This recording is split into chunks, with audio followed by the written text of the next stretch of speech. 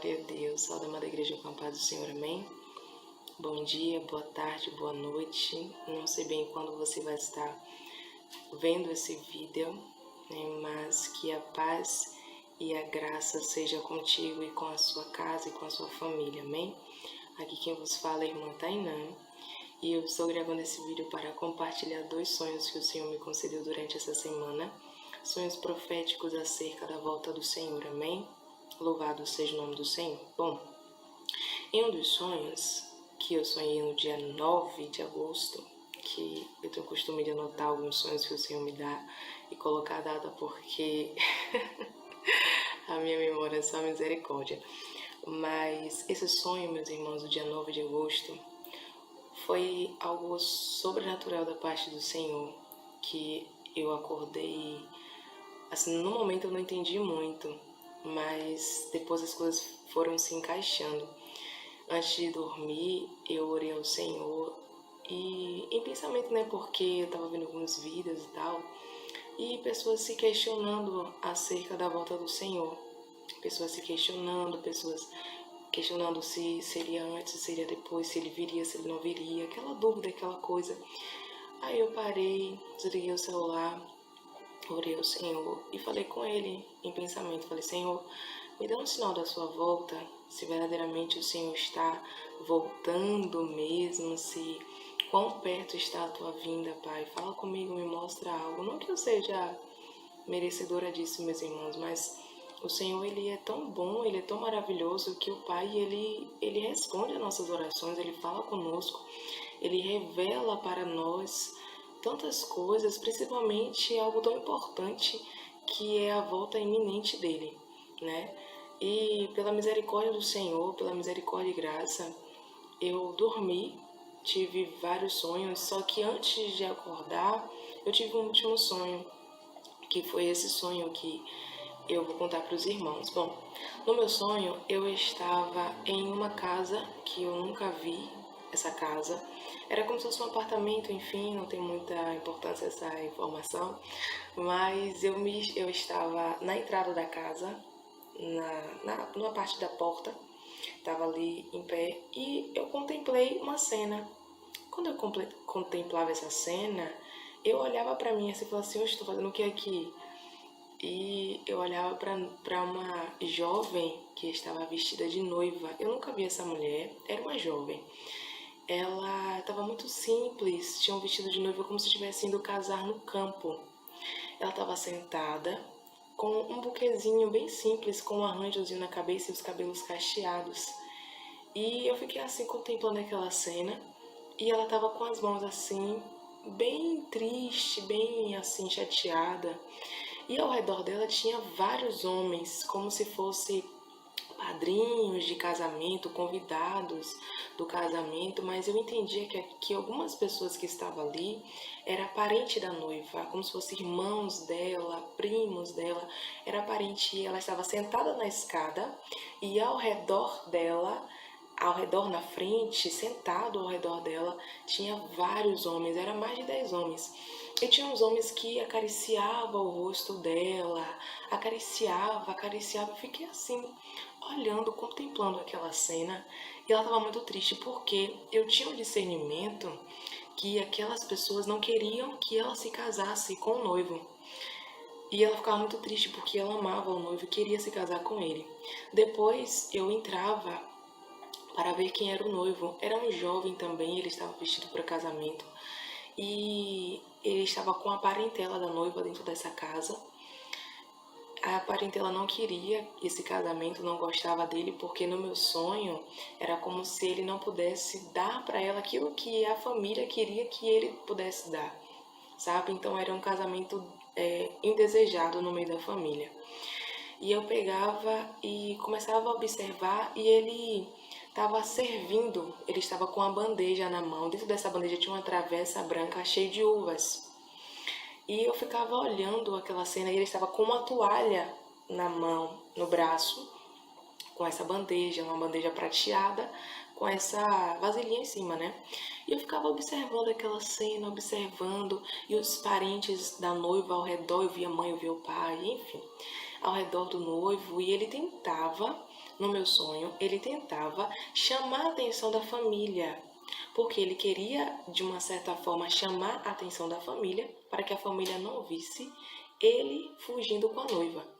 Ele ia fugir com a noiva, porém ele não queria que a família percebesse. E ali, em um dado momento, eu não sei o que acontecia, mas a uva caía no chão. Eu não me lembro se ele derramava, não sei se ele escorregava, não sei. Eu sei que a uva começava a cair no chão. E nisso que a uva começava a cair no chão, ele escorregava nessa uva e sujava a calça dele toda. Sujava a calça dele toda com as uvas, né? E eu pegava e falava, ficava observando aquela imagem. E o noivo pegava, falava assim, se apronte, falava para a noiva que estava do lado de fora, se apronte que a gente vai fugir daqui. E aí eles não se viam, mas eles se comunicavam como se fosse pelo pensamento. E quando eu chegava, eu saía correndo para tentar avisar a noiva, porém eu não falava, eu não conseguia falar, eu só conseguia pensar. Eu pensava assim, mulher, se apronta que ele vai te levar daqui. E nisso eu via ela empurrando os parentes, assim, ela se prontificava, ela se alertava, dava aquela sustância nela, assim, que ela estava tão cabisbaixa, sabe?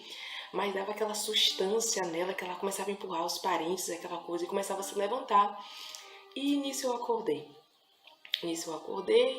Amém, né? Fiquei com aquilo na mente e falei, nossa Senhor, eu sonhei com casamento. Então, realmente, foi um sinal de que o Senhor está voltando. Porém, enquanto eu conversava com meu irmão, o Senhor me trouxe uma passagem. Eu gostaria de ler para os irmãos essa passagem, porque eu não estava entendendo o mistério da uva, irmãos. Eu falava assim, oxe, como é que Jesus escorrega nessa uva? Vai sujar as vestes dele? Eu não entendi. Enquanto eu conversava com meu irmão, o Senhor me trouxe Isaías 63. Olha que terrível. A epígrafe está escrito, Deus vinga o seu povo.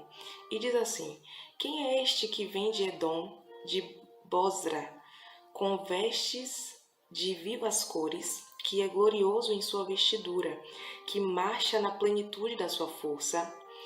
Sou eu que falo em justiça, poderoso para salvar, porque está vermelho o traje e as tuas vestes como as daquele que pisa uvas no lagar.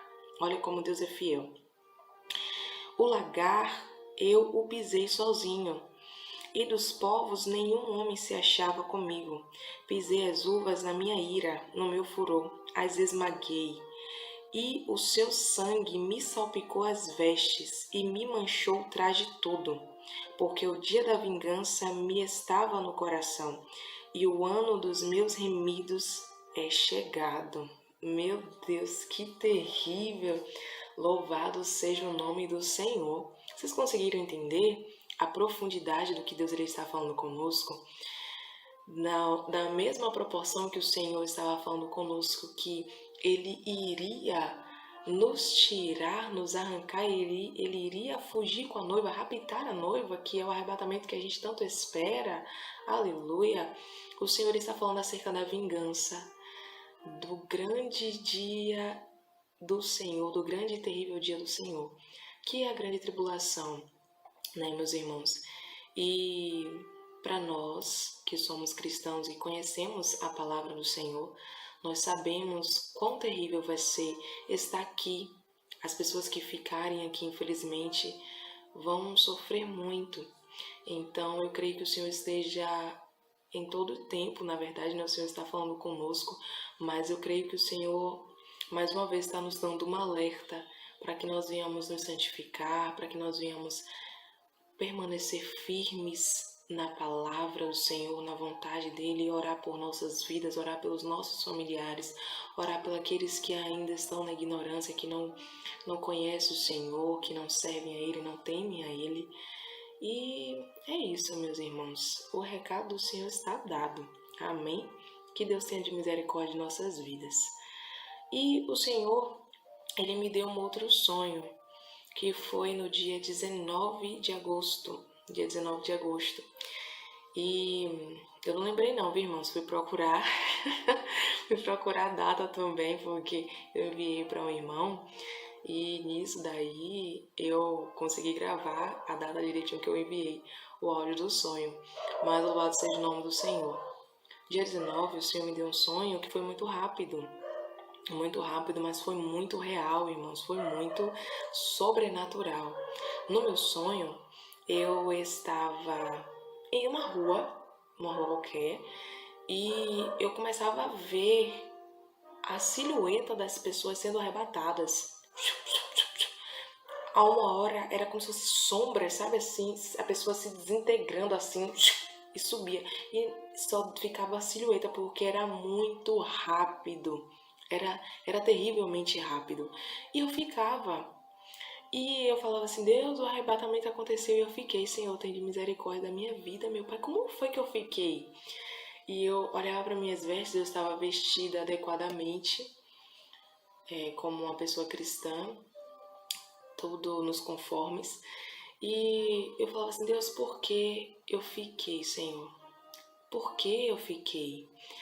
E o Senhor, ele falava comigo, eu ouvi uma voz de um homem falar comigo.